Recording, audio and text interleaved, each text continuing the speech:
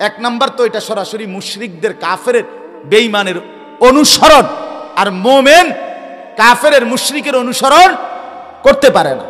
দুই নাম্বার হলো ছেলে মেয়ে, নারী পুরুষ, যুবক যুবতী, নাচ গান, জিনা ব্যভিচার, মদ জুয়া, হোটেলে বারে রেস্তোরাঁ ক্যাফে রেস্টুরেন্টে, পিকনিক স্পটে, বাড়ির ছাদে অথবা কোনো ব্রিজের পাশে অথবা খোলা কোনো মাঠে, যেই কোনোখানে ছেলে মেয়ে নাচা গাওয়া, ফুর্তি করা, মদ খাওয়া, জিনা করা, ব্যভিচার করা, নাচা গান, এটা আপনার কোনো বর্ষবরণ অথবা কোনো বর্ষকে বিদায়, এটার সাথে এটার সম্পর্ক কি?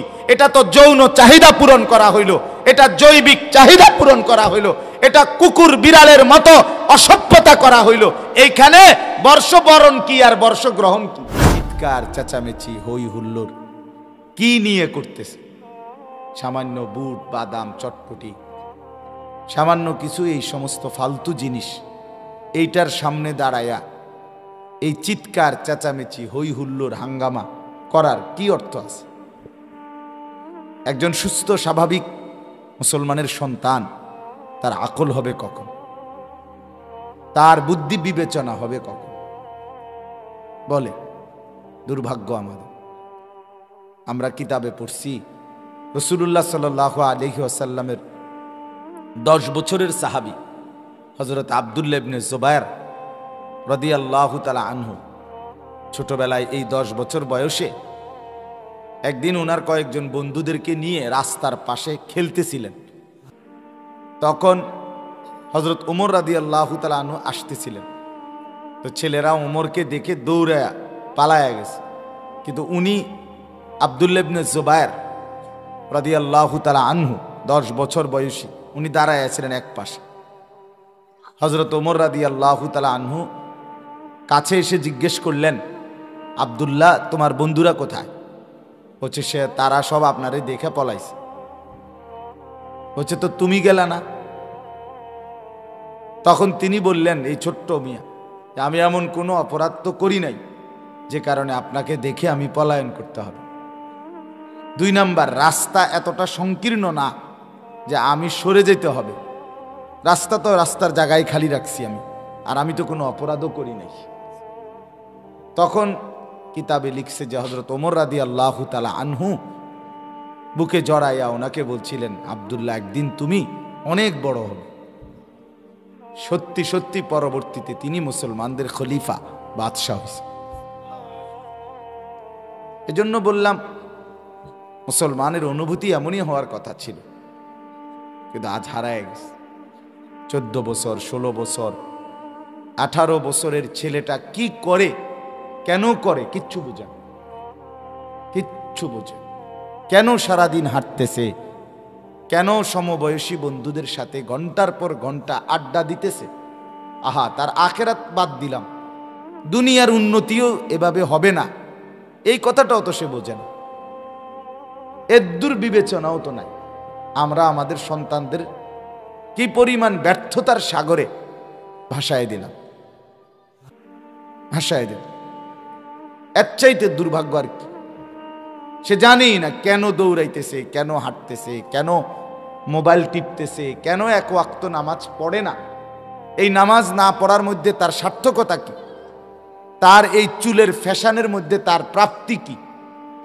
কি করতে চায়, কারে দেখাইতে চায়? কেন পেশাব করে পানি নেয় না? কেন কোনো মানুষ দেখলে সালাম দিতে শিখে না, জানে না? এই অসভ্য জঙ্গলি এভাবেই গড়ে উঠছে, বড় হচ্ছে। এটা কেমনে মেনে নেওয়া যায় বলেন? এইভাবে বুঝি একটা জাতি, একটা প্রজন্ম, একটা গ্রুপ বুঝি শেষ হয়ে যাবে চোখের সামনে। এটা বুঝি কথা হলো, মেনে নেওয়ার কথা? এটা তো দুঃখের কথা, আফসোসের কথা। 2-4-20 জন মুরব্বীও যদি ভাবতো এই সমাজের ছেলে পেলেগুলোরই নিয়ে, তাইলেও সমাজের চরিত্র আর একটু ভালো হইতো। মুরব্বীদেরও দুর্ভাগ্য, বিড়ি সিগারেট, চা বন, টেলিভিশন, চা দোকানের গপস, অথবা এমনি বসে থাকা ছাড়া আর কোনো কাজ নেই অধিকাংশের। ইল্লা মাশা আল্লাহ, কিছু তো ব্যতিক্রম আছেই, আর আকসার এই জিন্দিগি। এজন্য বললাম আমরা এটা ভাবা উচিত। আমরাই যদি না ভাবি আমাদের সমাজ নিয়ে, আমাদের পরিবার নিয়ে, নিজ ফ্যামিলি নিয়ে, আগামী সময়টা আমাদের চতুর্দিকে খুব বেশি পরিমাণ অন্যায়, অশ্লীলতা, বেহায়াপনা, অসভ্যতা, নোংরামি ব্যাপকভাবে ঘরে ঘরে ইঞ্চি ইঞ্চিতে ছড়ায় যাবে। চুলকানির চিকিৎসা না হইলে এটা সারা শরীরে অ্যালার্জি ছড়ায় যায়, সারা দেহে সংক্রমিত হয়। বড় ছোট, আলেম ওলামা, মুরব্বী, কিচ্ছুর কোনো ধার ধারে না ছেলে পেলে, নিজের মতো করেই মোবাইল টিপে, নিজের মতো ছবি তোলে, হাসে, হাঁটে, চলে, মানে কে কি মনে করবে আমারে, কিচ্ছুর সময় আর এর কাছে নাই। তাহলে এত লাওয়ারিশ, লাগাম ছাড়া আমাদের সন্তান হয়ে গেল। এই জন্য বললাম, গতকালকে আমি ঢাকা চিটাগাং রুট, ওইখানে আমার বয়ান ছিল, মাগরিব বাদ বয়ান ছিল ঢাকা মোহাম্মদপুর, তারপরে রাষ্ট্রে বয়ান ছিল ঢাকা চিটাগাং রুট, সাইনবোর্ডের ওইদিকে। তো ওইখানে অনেক যুবক ছেলে, ওরা একটা মাহফিলের বড়সড় আয়োজন করছে। 31st night, 31শে December 31st night নামে যে রাত উদযাপন করে বর্তমান সময়ে, এর প্রতিবাদে আজকে কয়েক বছর ধরেই তারা করতেছে। আলহামদুলিল্লাহ, তারা অনেক সুন্দর, অনেক যুবক। রাত্র 12টা যখন বাজে বয়ানের, তো এই 12টা ঠিক বাজলে এরপরে কিছুক্ষণ, প্রায় 10-12 মিনিট টানা মাইক দিয়ে স্লোগান দেয়, নারায়ে তাকবীর, আল্লাহু আকবার, ধুমছে। এরপরে মুনাজাত হয় মাহফিলে। মানে তাদের এটা তাদের একটা প্রতিবাদ যে নতুন বছরকে আমরা তাকবীরের মাধ্যমে, আল্লাহু আকবার ধ্বনির মাধ্যমে বরণ করে নিলাম। আমি গত বছরও গেছিলাম, এইবারও ছিলাম। তো এই জন্য বললাম, তো তখন দেখলাম ওইখানে তো একটা নির্দিষ্ট মাহফিলের প্যান্ডেল, কিন্তু ওই মুহূর্তে তার আগে পিছে পুরা চতুর্দিকে একসাথে, কোনো দেশে যুদ্ধ লাগলে যেরকম আওয়াজ হওয়ার কথা, এইরকম মনে হয় যেন দেশটার মধ্যে, ঢাকাটার মধ্যে একটা যুদ্ধ লাগছে। এই পরিমাণ ফটকা বাজি ফুটানো হচ্ছিল এবং আতশবাজি, ফানুস উড়ানো হচ্ছিল। হায় মুসলমান, কোত্থেকে নিল এই সভ্যতা? কার থেকে নিল? কেন নিল? কি করছে? কাকে বিদায় দিল? কাকে গ্রহণ করল? ছেলে মেয়ে, নারী পুরুষের এই অসভ্যতা, নোংরামির মধ্যে বিদায় হলো কার? আগমন হলো কার? কিছুই বোঝা গেল না, কিছুই বোঝা গেল না। কতগুলো বেলুন ফুটলো, কতগুলো আতশবাজি ফুটলো, কতগুলো ফানুস উড়লো, আর কতগুলো নারী পুরুষ, যুবক যুবতী ছাদে ছাদে, রাস্তায়, আশেপাশে নাচলো, গাইলো, অসভ্যতা আর নোংরামি করলো, অশ্লীলতার বেহায়াপনা করলো।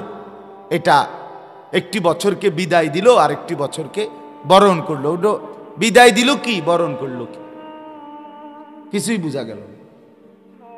এত বেশি বিবেকহীন, এত বেশি নির্লজ্জ, বেহায়া মুসলমান জাতি কখনোই ছিল না।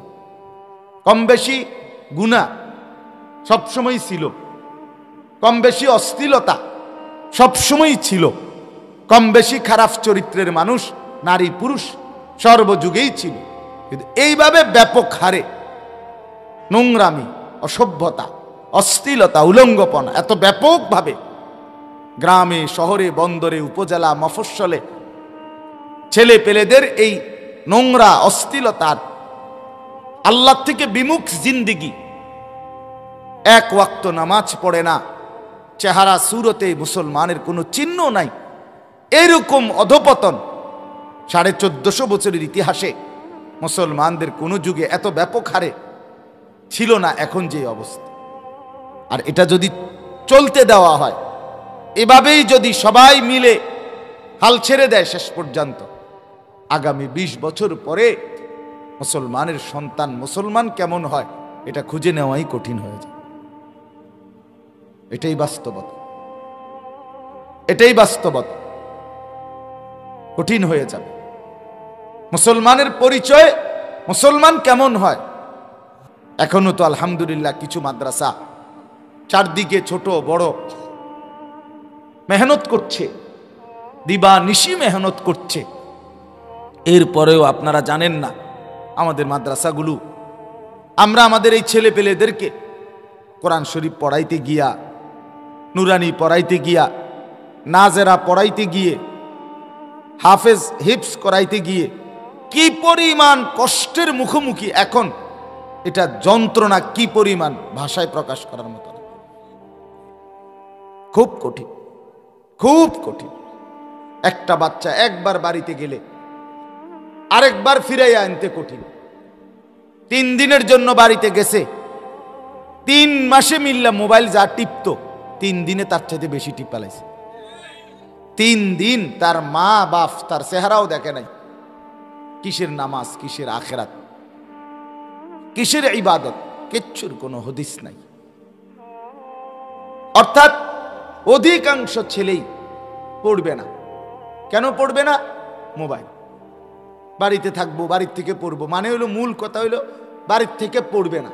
মূল কথা হলো বাড়ির থাকলে যে কোনো কৌশলে হোক, তার মার হোক, বাইয়ের হোক, দুলাবাইয়ের হোক, চাচার হোক, স্বাস্থ্যবাইয়ের হোক, অথবা আরেক ঘরের কোনো ছেলের হোক, কোনো না কোনো কৌশলে ছবি দেখতে পারবো, মোবাইল দেখতে পারবো, নাচ গান দেখতে পারবে।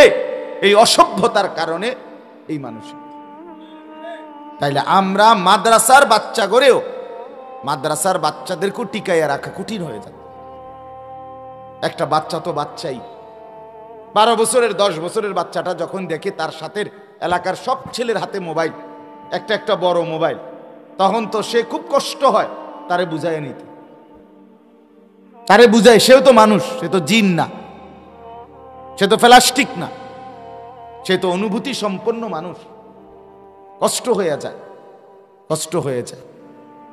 এই জন্য বললাম আসলেই আমার অস্থিরতাটা আগামী প্রজন্ম টিকবে কিভাবে, তাই না? টিকবে কিভাবে?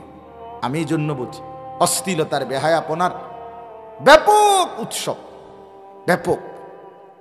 মুসলমানের মেয়েরা, গ্রামে গঞ্জের মেয়েদেরও বেপর্দা ছাড়া পর্দায় থাকা, নিজের ইজ্জত, নিজের পর্দা, নিজের সতীত্ব, নিজেকে ঢেকে ঢুকে রাখা, আড়াল করে রাখা, এটা যেন মানতেই চায় না, মানতেই চায় না। বোরকা খুলতে দিছে না যেই পরিবার, সেই পরিবারের নারী বোরকার নামে এখন লাল, নীল, হলুদ, বেগুনি, বিচিত্র কালারের বোরকা, বিচিত্র ডিজাইনের বোরকা, বিচিত্র রকমের স্কার্ফ, এবং এটার মধ্যে আরো বেশি ফ্যাশনেবল, আকর্ষণ এবং টাইট ফিটিং বানাইয়া এটারে আরো বেশি অসভ্য বানাইলিস। তাইলে আমাদের সমাজ টিকবে কিভাবে? গুনাহের কারণে তো আল্লাহর আযাব আসতে থাকে বাপ, আল্লাহর আযাব আসে। কোরআনুল কারীমের মধ্যে আল্লাহ তাআলা স্পষ্টভাবে বলছে, আমি আল্লাহ তোমাদের অজান্তেই, তোমরা খেলতে খেলতে তামসা করছিলে, এই অবস্থায়ও আযাব দিতে পারি। তোমরা ঘুমিয়ে পড়ছো, আমি আল্লাহ এই অবস্থাতেও আযাব দিতে পারি। আফা আমিনা আহলুল কুরা আইয়াতিয়াহুম বাসুনা বায়াতাম ওয়া হুম নাঈমুন। আল্লাহ বলে, হায় জনপদবাসী, তোমরা কি এইভাবে নিরাপদে ঘুমিয়ে পড়েছ যে আমি আল্লাহর আযাব ঘুমন্ত অবস্থায় আসতে পারে না, এই কথা মনে করে ঘুমায় গেলাম? আমি আল্লাহ কি ঘুমন্ত অবস্থায় তোমাদেরকে আযাব দিতে পারি না? কথা বলেন না, পারে কি বলেন না? আওয়া আমিনা আহলুল কুরা আইয়াতিয়াহুম বাসুনা দুহান অহুম ইয়ালআবুন। এর পরের আয়াতে আল্লাহ বলেন, তোমরা কি এই ভেবে নিজেকে নিরাপদ মনে করছো হে জনপদবাসী, যে তোমরা খেলতামাশায় রত থাকবে দিনে দুপুরে, আর আমি তোমাদেরকে আযাব দেব না, এটাই মনে করেছো? আমি তো ইচ্ছে করলে খেলতামাশা অবস্থায় দিন দুপুরে আযাব দিতে পারি, আমি তো ইচ্ছে করলে ঘুমন্ত অবস্থায় আযাব দিতে। আমিনতুম মান ফিস সামাই আন ইয়াখসিফা বিকুমুল আরদা ফাইযা হিয়া তামুর। আল্লাহ বলে, আসমানে যেই রব আল্লাহ আছে, তোমরা কি সেই আল্লাহর ব্যাপারে নিজেদেরকে নিরাপদ মনে করছো? কি ভাবছো বান্দা? আমি আল্লাহ চাইলে তোমাদেরকে তো যে যেই অবস্থায় আছো ওই অবস্থায় রাইখাই মাটিটা তাৎক্ষণিক ধসাইয়া নিচে জিন্দা দাফন করে ফেলতে পারে। আম আমিনতুম মান ফিস সামাই আন নুরসিলা আলাইকুম হাসিবা। আল্লাহ বলেন, আমি তো ইচ্ছে করলে তোমরা আসমানে, আমি আল্লাহর ব্যাপারে কেমনে ভাবলা নিরাপদ, আমি তো ইচ্ছে করলে আসমান থেকে পাথরের বৃষ্টি বর্ষণ করে তোমাদেরকে ধ্বংস করে দিতে পারি, ধ্বংস করে দিতে পারি। কোরআনুল কারীমে আল্লাহ তাআলা কত ভাবে যে বলছেন, কত ভাবে। আরো শুনাইতে থাকি, কেউ গ্রহণ করলেও আলহামদুলিল্লাহ, না করলেও বলার হক তো আদায় হইল, নেকি তো পাবো আশা করি। আল্লাহ তাআলা বলেন, আফা আমিনাল্লাযীনা মাকারুস সাইয়্যাত, তোমরা যারা গুনাহ আর নাফরমানির চক্রান্ত করছো, তোমরা কি নিরাপদ মনে করছো আমি আল্লাহ থেকে?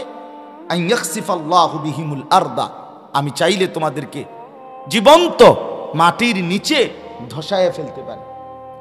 2, আও ইয়াতিয়াহুমুল আযাবু মিন হাইসু লা ইয়াশউরুন, তোমরা ভাবতেও পারো নাই এরকম অজানা আযাব আমি তোমাদের কাছে নিয়ে আসতে পারি।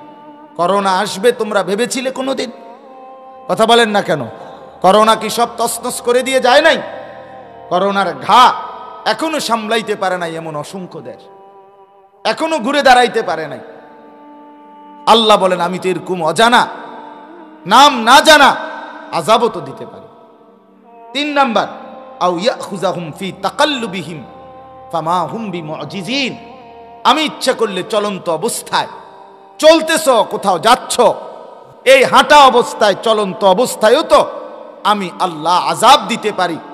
অ্যাক্সিডেন্ট, বিপদ, তাৎক্ষণিক কোনো রোগ দিয়ে আমি আল্লাহ তাআলা তোমাকে শাস্তি দিতে পারি তো বান্দা, তখন তো তুমি আমি আল্লাহকে প্রতিহত করতে পারবে কি? গত 3 দিন আগে আমি দুপুরবেলা এক ছেলের জানাজা পড়ছি আমার বাসার পাশে। 22-23 বছরের এক ছেলে, চাঁদের মতো চেহারা, চাঁদের মতো চেহারা, এত সুন্দর চেহারা তার, লম্বা সুঠাম সুন্দর চেহারা। আগের দিন রাত্রে 11:30 বাজে সিএনজি ভাড়া করে একা কোথাও যাচ্ছিল, আপনার একটা কাভার্ড ভ্যান বাড়ি দিছে, এক বাড়িতে তাৎক্ষণিক জায়গা শেষ। পরের দিন দুপুরবেলা জানাজা হইছে। আমি বললাম, হায়, এই ছেলেকে তো তার আগের দিনও তার ঘরে তার মা বাপ লেফ কম্বল দিয়ে দিছে রাত্রিবেলা শীতে, আজকে যে সে কবরস্থ হবে, আজ রাত তার কবরে লেফ কম্বল কে দিবে? কবরের মধ্যেও তো ভীষণ ঠান্ডা, ঠান্ডা না? কথা বলেন না কেন? ঘরের চাইতে বাহিরে বেশি ঠান্ডা না? বাহিরের চাইতে মাটির নিচে বেশি ঠান্ডা না? তো এই ঠান্ডা কবরে এই যুবককে লেফ দিবে কে? কম্বল বিছাই দিবে কে? কে তাকে আশ্রয় দিবে? আহা, খুব মায়া লাগছে আমার। আজকে 3-4 দিন ধরে তার কথা মনে পড়ে। আমার ঘরের প্রতিবেশী, আমার পাশের প্রতিবেশী, তার বাবা জানাজার সামনে একটা শব্দ উচ্চারণ করতে পারে না, মানে একটা কথাও বলতে পারে নাই যে আমার ছেলেটাকে মাফ করে দিয়েন, বা ছেলেটাকে, মানে বেচারা নির্বাক, কথাই বলতে পারছে না। 4টা মেয়ের পরে একটা ছেলে, কি পরিমাণ আদরের ছিল। তো আল্লাহ তাআলা বলেন, আও ইয়াখুযাহুম ফি তাকাল্লুবিহিম ফামা হুম বিমুজিজিন, আমার বান্দা আমি চলন্ত অবস্থায় ধ্বংস করতে পারি, শেষ করে দিতে পারি। এরপরে আও ইয়াখুযাহুম আলা তাখাব্বুফ, আমি আল্লাহ তাআলা ধীরে ধীরে তানাক্কুস, তোমার অর্থ, সম্পদ, শক্তি, যৌবন, নেতৃত্ব, কর্তৃত্ব, বংশের বাহাদুরি যাই ছিল তোমার সব কিছু ধীরে ধীরে কমাইয়া কমাইয়া একটা সময় নিশ্চিহ্ন করে দিতে পারি। এমনও তো কত ফ্যামিলি আছে যেই ফ্যামিলি একসময় জমিদার ছিল, টাকাওয়ালা, ক্ষমতাওয়ালা, আজকে 70 বছর পরে, 30 বছর পরে, 50 বছর পরে তাদের কোনো নাম নিশানাও নাই, তাদের বংশধর অভাব আর দারিদ্রতার মধ্যেই পড়ে আছে। এমনকি একটা দুইটা?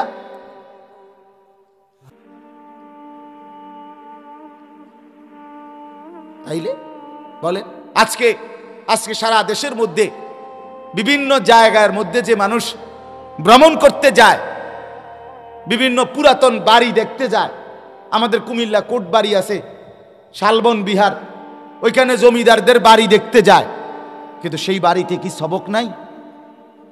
এই বিশাল জমিদারের বাড়ি ভাঙ্গা, জর্ণ শীর্ণ, জরাজীর্ণ, এখন সেটা মানুষের আপনার দেখার সামগ্রী হয়েছে মানুষের। তাহলে এই বাড়ি ঘরগুলো, এই জমিদারের ফ্যামিলি, এক সময় তো এটা বিরাট বাড়ি ছিল, এখানে তো পাইক পেয়াদা, এখানে তো চাকর বাকর নৌকর সবই তো ছিল, ছিল কিনা বলেন? তাহলে আজ তারা কোথায়? আজ তাদের বংশধর কোথায়? আজ তারা কোথায়? কোথায় গেল তারা? ঢাকার বড় বড় নবাব, পুরান ঢাকাতে আছে পুরাতন বাড়ি অনেক, সেই মানুষগুলো আজ কোথায়? তাদের বংশধর কোথায়? আল্লাহ তাআলা বলেন, আমি তো বান্দা প্রতিনিয়ত আমার নিদর্শন দেখাইয়াই রাখছি, কিন্তু তোমরা চিনলা না আর কি। যার উপরে যতক্ষণ মুসিবত না আসে ততক্ষণ সে ভাবতে শেখে না। নিজের সশরীরে আযাবের মধ্যে যখন পতিত হয় তখন মনে পড়ে আল্লাহ আছে। অন্যের মুসিবত থেকে, অন্যের বিপদ থেকে, অন্যের দুর্দশা থেকে আমরা কেউ সবক নেই না, সবক নেই না। আফসোসের ব্যাপার। আমরা লাশ দেখেও, জানাজা দেখেও, জানাজার মাঠেও, লাশের সামনেও অসংখ্য মানুষ ছবি তুলতে থাকে। তার মানে তার অসভ্যতা গেল না, গেল না। এই জন্য বাপ আল্লাহ তাআলা কোরআনুল কারীমের মধ্যে বহুভাবে কথা এটা বলছে, বান্দা আওয়ালাম ইয়ালাম আন্নাল্লাহ কাদ আহলাকা মিন ক্বাবলিহি মিনাল কুরুন মান হুয়া আশাদ্দু মিনহু কুওয়াতান ওয়া আকসারু জামআ। আল্লাহ বলে, বান্দা তোমরা কি জানো আমি আল্লাহ তোমাদের পূর্বে অসংখ্য জাতি গোষ্ঠীকে, যাদের শক্তিও ছিল অনেক, যাদের সম্পদও ছিল অনেক, আমি শক্তিতে এবং সম্পদে অনেক এমন অসংখ্য জাতিকে আমি আল্লাহ আহলাকা ধ্বংস করে দিয়েছি। তোমরা বাড়াবাড়ি করো না বান্দা, তোমরা সীমা লঙ্ঘন করো না। আমার ভাই, আমার বন্ধু, এই সমাজে যাদের মাধ্যমে গুনাহ ছড়ায়, অশ্লীলতা ছড়ায়, বেহায়াপনা ছড়ায়, খোদার কসম আল্লাহ তাআলা তাদের জন্য বড় ভয়ানক হুঁশিয়ারি দিছে। এই আয়াতে আমি শুধু পড়ছি, কালকের এই দৃশ্য দেখে খুব আফসোস করে মনে হইল, হায় বাংলাদেশ কোথায় নেমে গেল, হায় ঢাকা, সারা জীবন ছোটবেলায় পড়ছি মসজিদের নগরী। ঢাকাকে তো মসজিদের নগরী বলে। ঢাকায় অগণিত মসজিদ, সেই মসজিদের নগরী, এখানে এই পরিমাণ বাজি ফুটলো কেন? এখানে এই পরিমাণ আতশবাজি ফুটলো কেন?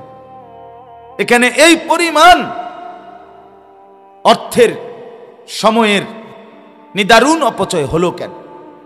আমাদের প্রজন্ম কোথায় গিয়ে দাঁড়াচ্ছে?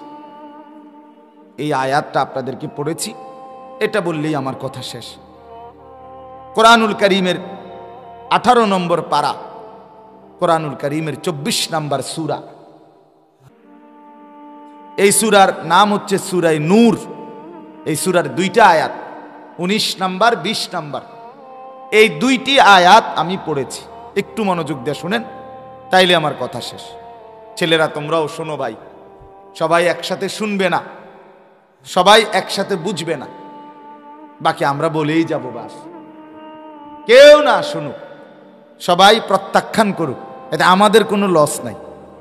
আমি আজ 18 বছর আপনাদের কাছে আসা দেওয়া করব, কোনো লস নাই, কোনো লস নাই। 18 বছরে যদি একজনও পরিবর্তন না হয়, আমার বলার দ্বারা কোনো লস নেই। কারণ আমার বলার দ্বারা আমি যা চাই, আখিরাতের মুক্তি, পরকালের নেকি, এটা আপনাদের কারো হাতে না, এটা আল্লাহর হাতে। আর আল্লাহ তাআলা বলেন সেটা আমি দিতেই থাকবো। সেটা তো আপনাদের কারো হাতে না। নেকি আপনাদের হাতে, আপনাদের বাপের হাতে না, কারো হাতে, নেকি আল্লাহর হাতে। এজন্য লস নাই, এই আশাই বলে থাকি। আল্লাহ তাআলা বলেন, ইন্নাল্লাযীনা ইউহিব্বুনা আন তাশিআল ফাহিশাতু ফিল্লাযীনা আমানু, নিশ্চয়ই যারা পছন্দ করে, নিশ্চয়ই যারা আয়োজন করে, নিশ্চয়ই যারা আকাঙ্ক্ষা করে, আন তাশিআল ফাহিশাতু, ছড়িয়ে পড়ুক অশ্লীলতা, বেহায়াপনা, নির্লজ্জতা, অসভ্যতা, নোংরামি, ফিল্লাযীনা আমানু, মুসলমানের সমাজে, ইমানদারদের পরিবেশে। আল্লাহ বলে যারা চায় মুসলমানের সমাজ, পাড়া মহল্লায়, এলাকায়, জনপদে, মুসলিম জনবসতিতে বেহায়াপনা ছড়িয়ে পড়ুক, নগ্নতা ছড়িয়ে পড়ুক, অসভ্যতা ছড়িয়ে পড়ুক, গান বাদ্য, জিনা ব্যভিচার, নারীর নৃত্য, অসভ্য নোংরামি ছড়িয়ে যাক, আল্লাহ বলেন লাহুম আযাবুন আলীম, তাদের জন্য রয়েছে আমি আল্লাহর পক্ষ থেকে যন্ত্রণাদায়ক আযাব। যন্ত্রণাদায়ক আযাব কোথায়? ফিদ দুনিয়া, দুনিয়াতেও, ওয়াল আখিরা, আখিরাতে। এটা হলো ভয়ঙ্কর কথা। এক তো যদি এটা বলতো আখিরাতে শুধু শাস্তি, তাহলে তুমি কইতে আচ্ছা যাক হেসুমে জিরো হইব হইব, অহংকার হইতেছে না কিছু। কিন্তু আল্লাহ তো বলে এখনো হবে। ফিদ দুনিয়া, এই যে সরাসরি কোরআনের শব্দ, একেবারে ডাইরেক্ট কোরআনের আয়াত। ফিদ দুনিয়া, আমি আল্লাহ অশ্লীলতার প্রচার করে যারা, অশ্লীলতার প্রসার করে যারা, যে ছেলের দ্বারা সমাজে নোংরামি ছড়ায়, যেই বেপর্দা মেয়ে নারীর দ্বারা সমাজে নোংরামি ছড়ায়, যুবকের চরিত্র নষ্ট হয়, যুবতীর চরিত্র নষ্ট হয়, যে বন্ধুর কারণে আরেক বন্ধুর চরিত্র নষ্ট হয়, আল্লাহ তাআলা বলেন তাদের জন্য দুনিয়াতেও রয়েছে কঠোর শাস্তি, আখিরাতেও রয়েছে। আল্লাহু ইয়ালামু ওয়া আনতুম লা তা'লামুন, কিন্তু কার শাস্তি কেমন, কাকে আমি কিরকম আযাব দেব, সেটা আমি শুধু জানি, তোমরা জানো না। সবার কোনো খাড় করায় সিরিয়ালে 10টা করে থাপ্পড় দিয়ে দেবো, বিষয়টা এমন না। সবার একটা একটা জুতার বাড়ি দিয়ে দেবো, এটা এমন না। কার আযাব কেমন হবে, কাকে আমি কোন মুসিবতে ফেলবো, সেটা শুধু আমিই জানি, তোমরা জানো না, তোমরা জানো। এই হলো প্রথম আয়াত, আমার বাপ। তাইলে আপনারা খেয়াল করে দেখেন, গতকালকেও আমি স্পষ্ট বলেছি 3টা জিনিস। এই গতকালকে যে বর্ষ শেষ হলো 31শে ডিসেম্বর, আজকে 1 জানুয়ারি, 31st নাইট উদযাপন করেছে। রাত 12টার পরে গান বাদ্য, নেচে গে, আতশবাজি, ফানুস উড়াইছে, সারা শহর বর্ণিল সাজে আলোকিত করে ফেলছে এবং নেচে গে ফুর্তি করছে। এখানে মোট ইসলামের দৃষ্টিতে সুস্পষ্টভাবে 3টা নিষিদ্ধ বিষয় স্পষ্ট আছে, মোটা দাগে, ছোট ছোট ব্যাখ্যা করলে আরো অনেক। 1 নাম্বার হলো এই 31st নাইট, অর্থাৎ ইংরেজি বছরের শেষ দিনকে বিদায় দেওয়া, ইংরেজি বছরের নতুন দিনকে বরণ করা। এটা সরাসরি রোমান মুশরিক যারা সূর্যের পূজা করত, সেই মুশরিক বেঈমান কাফেরের সরাসরি সংস্কৃতি। এই রোমের একজন রোমানদের দেবতা ছিল জানুস দেবতা। এই দেবতা, তার নামেই জানুয়ারি। এই জানুয়ারি মাসটার নাম রাখছে এই দেবতার নামে। আজকের এই ইংরেজি ক্যালেন্ডার, গ্রেগরিয়ান ক্যালেন্ডার, যেটারে জুলিয়ান ক্যালেন্ডারও বলে, এখানে একজন আপনার মোবাইলে সার্চ দিলেও পাওয়া যাবে এই জানুস দেবতা, যাকে স্মরণ করে এই 31st নাইট করা হয়। ইংরেজি বছরের শেষ দিন, নতুন বছরের প্রথম অংশ, রাত 12টার পরে 0 আওয়ারে কিছুক্ষণ সময় নতুন দিন শুরু হয়, পুরাতন বছর শেষ হয়। এখানে সরাসরি একজন দেবতা, এই রোমানদের দেবতাটা 2 মুখা দেবতা। ছবিটা আছে, দেবতার 2টা মুখ, একটা সরাসরি এরকম 2টা মুখ, এদিকে একটা মুখ, এদিকে একটা মুখ, 2টা মুখ এরকম লাগানো। ওই নাফরমান বেঈমানরা, মুশরিকরা 31শে ডিসেম্বর রাত 12টা বাজলে তারা 0 আওয়ারে, নতুন সময়ের মুহূর্তে, এই টাইমটাতে পিছনের মুখের কাছে গিয়া ওই দেবতার একবার দেবতার কাছে হাত জোর করে বিগত বছরের জন্য ক্ষমা প্রার্থনা করত, আর সামনের মুখের কাছে আইসা নতুন বছরের জন্য সুখ আর সমৃদ্ধি কামনা করত। এই হইল 31st। তাহলে সরাসরি কোন মুসলমানের বাচ্চা, যার রক্তে ইসলাম আছে, যার মার পবিত্র দুধ খাইছে, মুসলমানের ঘরে জন্ম নিছে, এমন মুসলমানের বাচ্চা 31st নাইট উদযাপন করতে পারে না।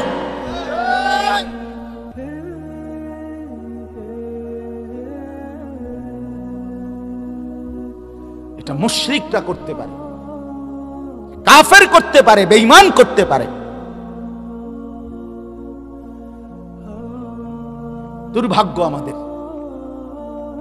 দুর্ভাগ্য। অসংখ্য সুবিধাভোগী মিডিয়া এটাকে ফলাও করে প্রচার করে।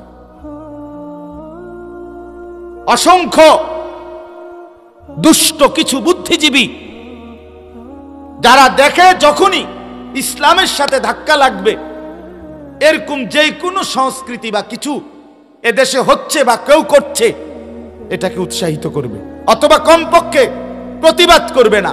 কারণ যাই হোক, ছেলেদের পোলাটা নষ্ট হয়ে যাক, কিন্তু ইসলামের মধ্যে তো ধাক্কা লাগছে। কথা বুঝছেন? এজন্য সরাসরি এটা মুশরিকদের কালচার, মুশরিকদের কালচার।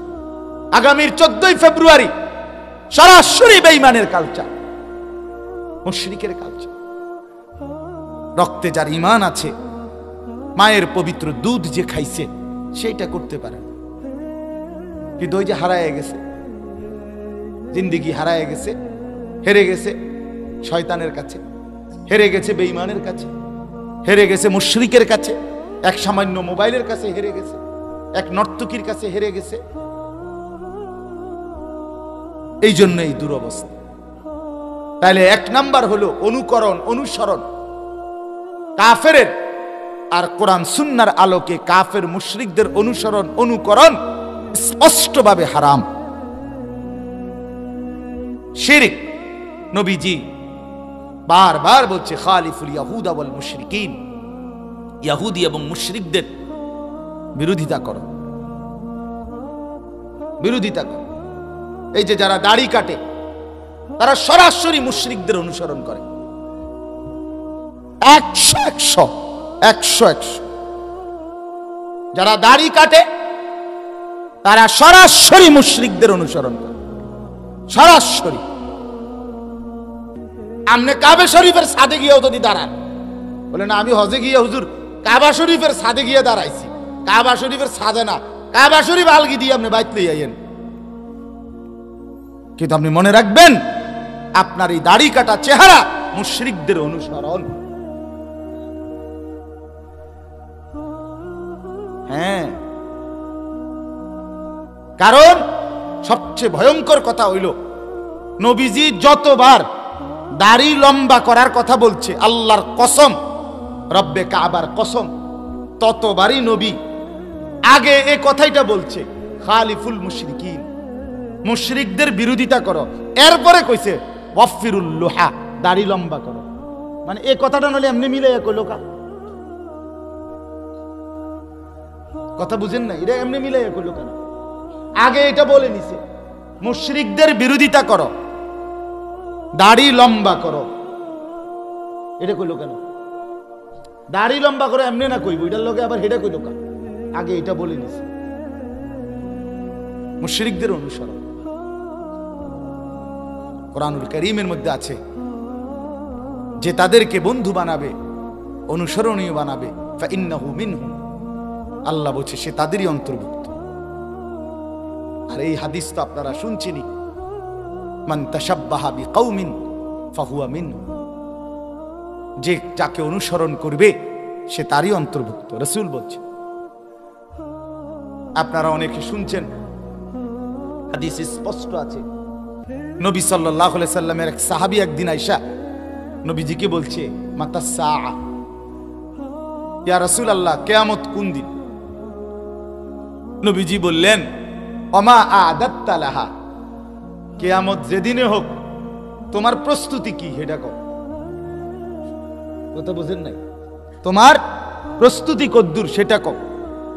ওই সাহাবী বললেন, ইয়া রাসূলুল্লাহ সাল্লাল্লাহু আলাইহি ওয়াসাল্লাম, খুব নামাজ, খুব রোজা, খুব দান সদকা আমি দুর্বল মানুষ করতে পারি নাই, ফরজ ওয়াজিব তো পালন করি, কিন্তু খুব বেশি নফল নামাজ, খুব রোজা, দান সদকা করতে পারি না। কিন্তু একটা জিনিস ইয়া রাসূলুল্লাহ, 24 ঘন্টা আপনি রাসূলকে প্রচন্ড ভালোবাসি।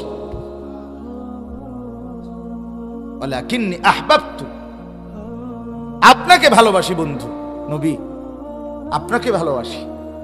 আপনার মতো হতে, আপনার মতো সাজতে, আপনার মতো চলতে ফিরতে, আপনাকে অনুসরণ করতে বড়ই ভালো লাগে, বড়ই ভালো লাগে, বড়ই ভালো লাগে। খোদার কসম, রাসূল বলছে, যাও নিশ্চিন্তে যাও, আল মারউ মা মান আহাব্বা, মনে রাখবা হাসরের ময়দানে সে তার সাথেই হবে, তাকে সে যাকে ভালোবাসতো, যাকে ভালোবাসতো দুনিয়ায়, হাসরের ময়দানে সে তার সাথেই হবে। হযরতে আনাস বলে, ও মিয়া শুনেন, হযরতে আনাস রাদিয়াল্লাহু তাআলা আনহু বলেন যে আল্লাহর কসম, মুসলমান হওয়ার পর থেকে আমরা নবীর সাহাবীরা এই কথা শুনবার আগে আর কোনো কথায় কোনো দিন এত বেশি খুশি হই নাই, মার ফেডের থেকে পইরা আর কোনোদিন এত খুশি হই নাই রাসূলুল্লাহর জবানে এই কথা শুইনা যতটা খুশি হইছি যে কিয়ামতে যাকে ভালোবাসবো তার সঙ্গী হব। আমরা অকপটে বলতেছি, আমরা সমস্ত সাহাবী রাসূলকেই সবচেয়ে বেশি ভালোবাসি। কাজে আর চিন্তা কিসে, চিন্তা কিসে? সেই ভালোবাসা অনুসরণকে নিয়ে। ভালোবাসার অনুসরণ ভিন্ন কিছু না। কাগজের এই পিঠ মানলে এই পিঠও মানতে হয়। কাগজের এই পিঠ আছে, এটা নাই। নজরুল ভাই কয় না, নাই, এটা আলাদা করা যাবে তো? এই কাগজের এই পিঠ রাখতে হইলে এই পিঠ আলাদা করতে পারবেন তো? এই পিঠ আলাদা করলে এই পিঠ থাকবে তো? ঠিক একরকম মহব্বত, অনুসরণ কাগজের এই পিঠ। যে ভালোবাসে সে অনুসরণ করে, যে অনুসরণ করে সে ভালোবাসে। ভালোবাসা অনুসরণকে দাবি করে, অনুসরণ ভালোবাসাকে প্রমাণ করে। ইন্নাল মুহিব্বা লিমান ইউহিব্বু মুতিউ, যে যাকে ভালোবাসে সে তার অন্তর্ভুক্ত। রাসূলুল্লাহ সাল্লাল্লাহু আলাইহি সাল্লাম তাশাব্বুহ, যে পুরুষ নারীর সাদৃশ্য অবলম্বন করে নবী তাকে বলছে লানত, তার উপরে খোদার গজব, তোর উপরে আল্লাহর লানত। রাসূল বলছে আজকে নতুন করে আমাদের বাংলাদেশেও চক্রান্ত চলছে। ইউরোপের এক নিকৃষ্ট, মানবতার ইতিহাসের সবচেয়ে জঘন্য নিকৃষ্ট এক চেতনা বাংলাদেশেও চালু করার চেষ্টা চলতেছে। সেটার নাম হলো ট্রান্সজেন্ডার মতবাদ। অর্থাৎ কোনো ছেলে যদি 12 বছর 14 বছর বয়সে হঠাৎ করে বলে আমার শরীরের অঙ্গ যদিও ছেলের, আমার মনে হয় আমি মেয়ে, তাইলে তাকে হয়তো সার্জারি করে মেয়ে বানাই দিতে হবে। আর নাই তো সার্জারি করতে যদি নাও চায়, কিন্তু সে মনে মনে বলল কেন মেয়ে, মেয়েদের সাথেই তাকে মেয়েদের সাজগোজে থাকার অধিকার দিতে হবে।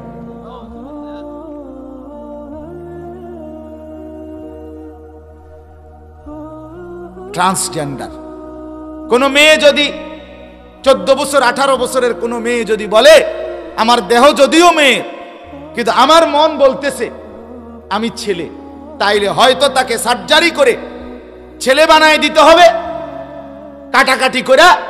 আর নাই তো সেটা যদি করতে না চায়, এমনিতেই ছেলের বেশভূষা দিয়া তারে ছেলেদের সমাজে, ছেলেদের পরিবেশে, ছেলেদের সব অঙ্গনে থাকার সুযোগ দিতে হবে। আল্লাহর কসম, এটা কাগজে কলমে, দাবিতে, মিটিংয়ে এবং সেমিনার করে অসংখ্য এনজিও গোষ্ঠী এবং বাংলাদেশে ওদের এজেন্ডা বাস্তবায়নের জন্য অনুগত গোলাম এই দেশে কাজ করছে।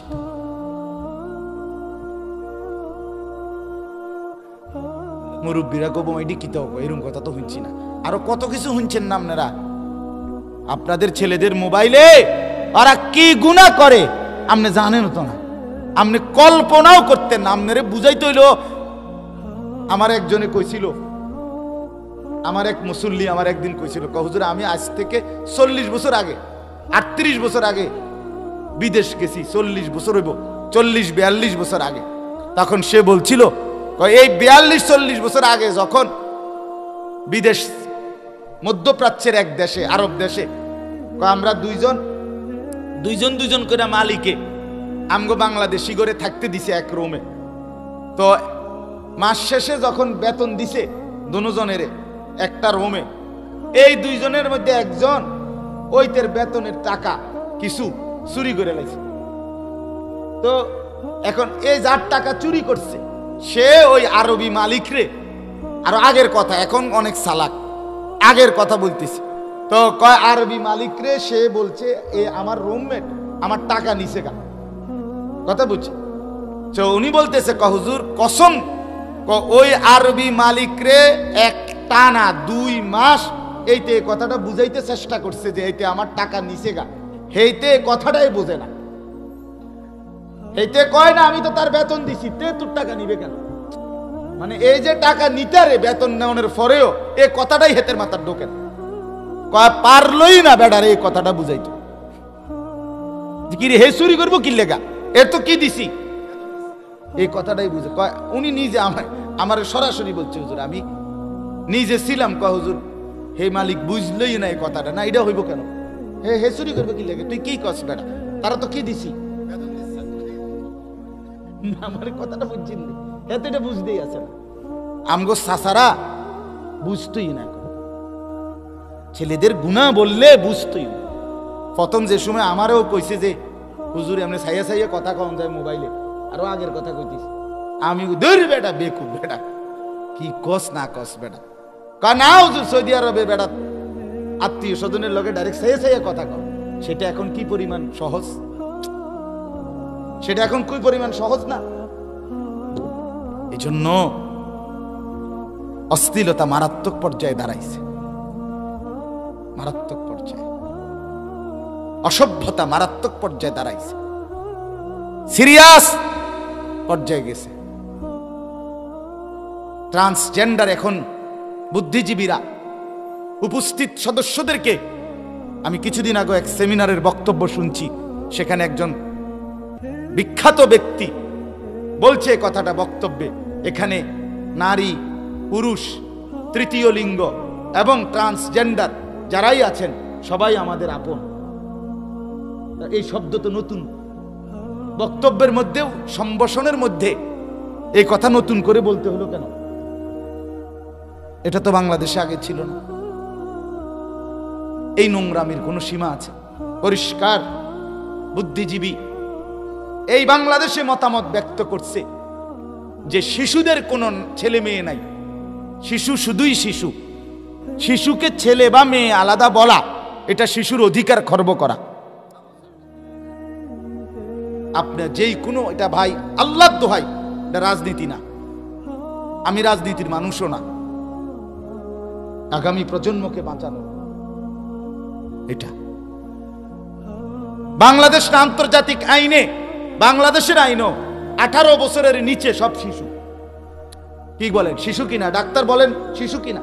তাহলে 18 বছরের নিচে যদি শিশু হয়, তাইলে আপনার 12 বছর, 13 বছর, 14 বছরের ছেলে মেয়ের মধ্যে আলাদা কিছু নাই, সব শিশু, সব শিশু। তার মানে কি ছেলে মেয়ে 12, 14 বছরের, 13 বছরের, যার যেখানে মন চায় হাঁটবে, থাকবে, চলবে, খাবে, একই বাথরুমে যাবে, আসবে, একই কমন রুম ব্যবহার করবে। কারণ এরা না শিশু, এখানে আলাদা তো কোনো ছেলে মেয়ের বিভাজন করলে শিশুর অধিকার কোমল মনে আঘাত দেওয়া।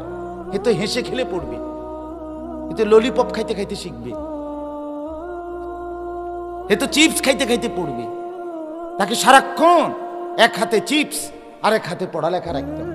চিপস হেসে খেলে, সে হেসবে, সে খেলবে, এই তামাশা। এই জন্য আমি আপনাদের কাছে অনুরোধ করছি, ছেলেরা, বাপ, তোমাদেরকেও বলছি, তোমাদের জীবন শেষ না। আমার নওজোয়ান ছেলেরা, তোমরাই পৃথিবীতে শেষ না, এমন না বিষয়টা যে তোমাদেরকে দিয়েই কিয়ামত। আল্লাহ চাহে তো আগামী 20 বছর পরে, আজকের 18 বছরের ছেলেটা আগামী 20 বছর পরে আল্লাহ চাহে তো ইনশাআল্লাহ তোমার বয়স 38 হবে, 40 হবে, তো আল্লাহ দিলে তোমারও হায়াতে বাঁচলে বিবাহ হবে, তোমারও সন্তান আসবে আল্লাহ দিলে। আজ আমার 42 বছর বয়স, আমার 4টা সন্তান আছে। তাইলে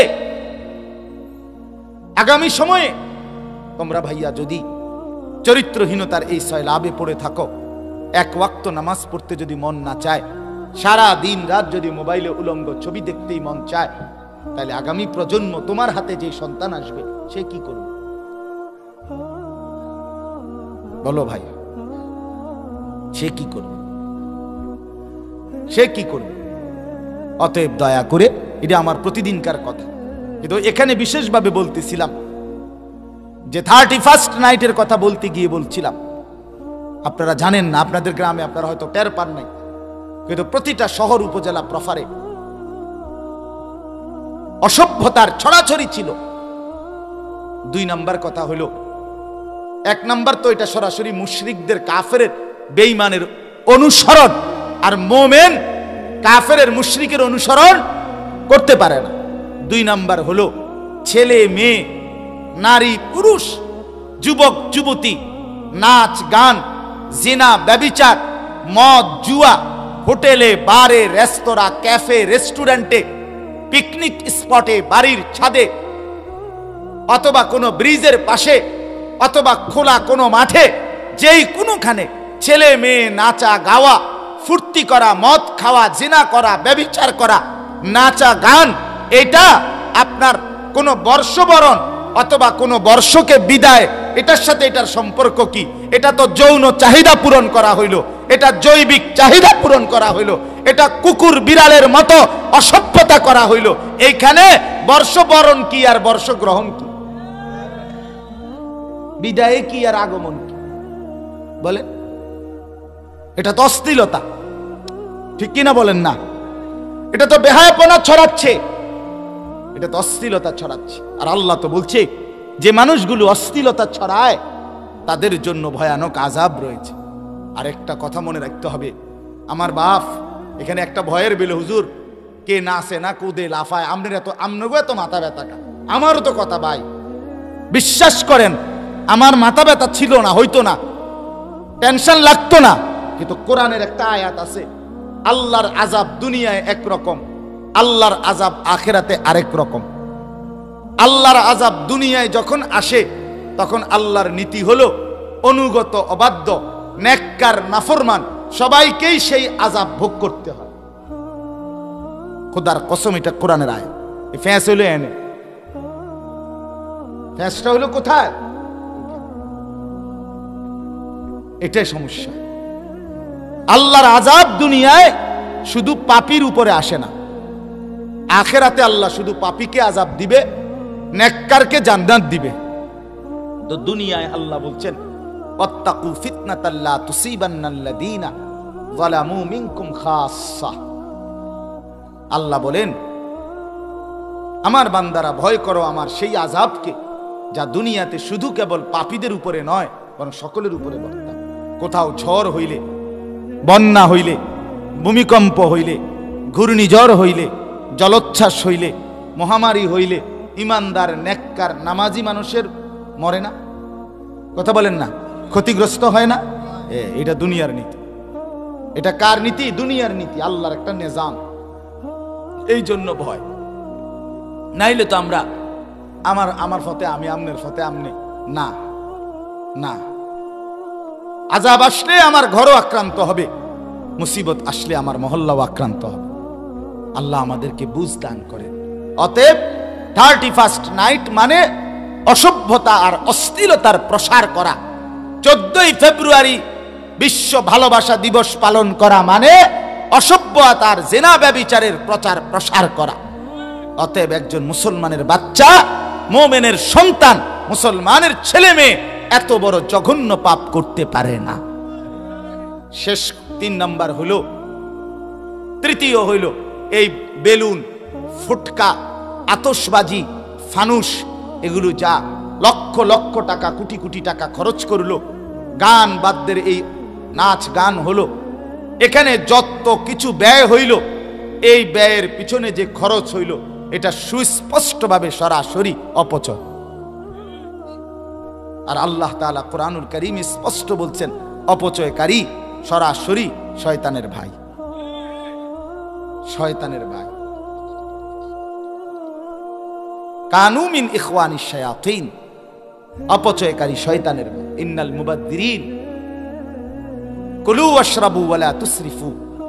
আল্লাহ বলছে বান্দা তোমরা খাও, পান করো হালাল, ওয়ালা তুসরিফু, অপচয় করো না। ইন্নাল্লাহা লা ইউহিব্বুল মুসরিফিন, আল্লাহ অপচয়কারীকে পছন্দ করেন, পছন্দ করেন। অপচয় রাজার ভান্ডারও ফুরায় দেয়, অপচয় 7 রাজার ধনও কি করে দেয়? ফুরায় দেয়, ফুরিয়ে দেয়, শেষ হয়ে যায়, শেষ হয়ে যায়, শেষ হয়ে যায়। আমরা কিতাবে পড়ছি উমাইয়া একজন খলিফা, তার 11 জন সন্তানকে মৃত্যুর সময় 11 লক্ষ দিনার স্বর্ণ মুদ্রা দিয়ে গেছিলেন। এক এক সন্তান 1 লক্ষ স্বর্ণ মুদ্রা, স্বর্ণের টাকা অনেক দামি, স্বর্ণ মুদ্রা করে দিয়ে গেছিল মৃত্যুর সময়। এক খলিফা, মুসলিম খলিফা, তার 11 জন সন্তানকে 1 লক্ষ করে 11 লাখ। কিন্তু সেই সন্তানরা অপচয় এবং অপব্যয় করে আল্লাহর নাফরমানি করেছিল। পরবর্তী অল্প সময়ের ব্যবধানে একেবারে স্পষ্ট আমি নিজ চোখে কিতাবে পড়ছি, ওই 11 জন সন্তান মানুষের কাছে ভিক্ষার জন্য, যাকাতের টাকার জন্য হাত পাতছে। এজন্য অপচয়, এই যে আজকে ছেলেরা 2 আঙ্গুলে অনবরত মোবাইল টিপে, আহা মা কোথায়, বাবা কোথায়, দেশ কোথায়, জাতি কোথায়, আগামীর স্বপ্ন কোথায়, ইসলাম কোথায়, কোরআন কোথায়, আখেরাত কোথায়, কবর, কিচ্ছুর খবর নাই, কিচ্ছুক্ষণ। এক প্রতিবন্ধী জাতি, এক মাতাল, তার সিরা জানে না ডান বাম পূর্ব পশ্চিম, কোত্থেকে আসলো, কে পাঠাইলো, কেন বাসলো, কেন বড় হইল, কেন মা পবিত্র দুধ খাওয়াইলো, কিচ্ছুর খবর নাই। জিন্দিগি এক নর্তকীর সামনে জিন্দিগি দিয়ে দিছে, এক উলঙ্গ ছবির হাতে জীবন দিয়ে দিছে। আহ, এর চাইতে বড় আফসোস আর কি হইতে পারে, কি হইতে পারে? এই জন্য আমি অনুরোধ করলাম এই 3টা জিনিস মোটা দাগে। 1 নাম্বার, কাফের মুশরিকের অনুসরণ 31st নাইটের মাধ্যমে হয়, এজন্য এটা মুসলমান করতে পারে না। 2 নাম্বার, অশ্লীলতা বেহায়াপনার প্রচার প্রসার হয়, এটা মুসলমান করতে পারে না। 3 নাম্বার, সীমাহীন অর্থের অপচয় হয়, অতএব অপচয় মুসলমান মুমিন করতে পারে। এখন শেষ কথা হইল, আপনি যদি প্রশ্ন করেন যে হুজুর এত এত নাফরমানি করে, এগুলার জাগাত ফিরে না কোথায়? কথা বুঝেন নাই? নগদ আসার দিলেই তো হয়, ফেরেশতা দুই একটারে আসার দিলেই তো হয়, শাস্তি দেয় না কেন আল্লাহ? আপনি না বললেন আল্লাহ শাস্তি দিবে? আল্লাহর তো শাস্তির ধরন ভিন্ন, কিন্তু বাকি খোলা চোখে সকলকে একসাথে আযাব গজব দেয় না কেন? আল্লাহ বলে দ্বিতীয় আয়াত এটাই, ওয়ালাউলা ফাদলুল্লাহ, শোনো বান্দা, আমার অনুগ্রহ, ওয়া রাহমাতুহু, আমার রহমত দয়া মায়া যদি না হতো, ওয়া আন্নাল্লাহা রাউফুর রাহিম, আমি যদি খুব বেশি ক্ষমাশীল, দয়াবান, করুণাময়, মায়ার না হতাম, তাহলে অনেক কিছুই হতো, অনেক কিছুই হতো। অর্থাৎ আল্লাহ তাআলা বলছে দয়ার কারণে ছেড়ে দিচ্ছি, মায়ার কারণে ছেড়ে দিচ্ছি, আমি যে রাউফ রাহিম এজন্য ছেড়ে দিচ্ছি বান্দা, ছেড়ে দিচ্ছি অনেক বেশি, ধরছি সামান্য, মাফ করে দেই বেশি, ধরি সামান্য, সামান্য একেবারেই অল্প, ইয়াফু আন কাসীর, অধিকাংশ মাফি করে দেই, মাফি করে দেই, লক্ষ অপরাধ ছেড়ে দেই, মাঝে মধ্যে একটু আধটু শাস্তি দিই। কেন? আমি দয়াশীল, আমি অপেক্ষায় থাকি আমার বান্দা কোনোদিন তওবা করে কিনা। আমি মাফ করে দিতে রাজি, কিন্তু গুনাহ ছেড়ে দিলে আর করবে না ওয়াদা দিলে আমি আকাশ ছোঁয়া গুনাও মাফ করে দিতে রাজি, আমি জমিনের বালুকণা পরিমাণ গুনাও মাফ করে দিতে রাজি, কিন্তু শর্ত হলো গুনাহ ছেড়ে দিতে হবে, আর করবে না ওয়াদা দিতে হবে, লজ্জিত হয়ে মাফ চাইতে হবে। গুনাহকে চালু রেখে তওবা করলে তওবা হয় না, গুনাহ চালু রেখে আস্তাগফিরুল্লাহ পড়লে আস্তাগফিরুল্লাহ হয় না, ওইটা এটার উপরে আস্তাগফিরুল্লাহ। কথা বুঝেন না?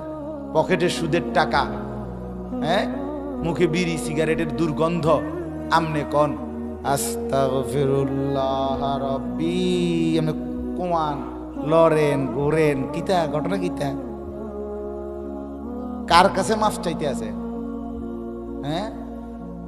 মাফ চাইতেছেন কার কাছে? এনদে উঠতে আবার বিড়ি ধরান, কার কাছে কইলেন আস্তাগফিরুল্লাহ? মানুষ এত বেহায়া কেমনে হয়? এত এত করে নগদ জাগাত জাগাত খায়, জাগাত ব্রেক দেখি উন্দুরের ওষুধ নি, এরম বেশরম কেমনে হয়? কি আরে বলেন না, একজন মুসলমান এত নির্লজ্জ কেমনে হয় বেটা? এই মাত্র বললা আস্তাগফিরুল্লাহ রাব্বি, আল্লাহ মাফ চাই, মিন কুল্লি দামবিন, সব গুনাহ থেকে উঠতে দেরি, বিড়িটা ধরাইতে দেরি না। এত বড় ডাকাত কেমনে মুসলমান? এত বড় ডাকাত হয় কেমনে? কিও এটা কি ধরনের আস্তাগফিরুল্লাহ? এটা কিসের মাফ চাইলেন? আমি এটা এত শক্ত হয় কেমনে? মানুষ তো কুদরিও মাত্র মাফ চাইয়াইছিও, এখন আচ্ছা আজ যা থাক, বাধ্য, কালকে দরকার হলে চাই আর একবার বুঝ করে, যদি ডাইনে বামে কেউ না দেই তাহলে ধরামু বিড়ি, তো একটা কথা। ওমা কি রে ভাই, জাগাত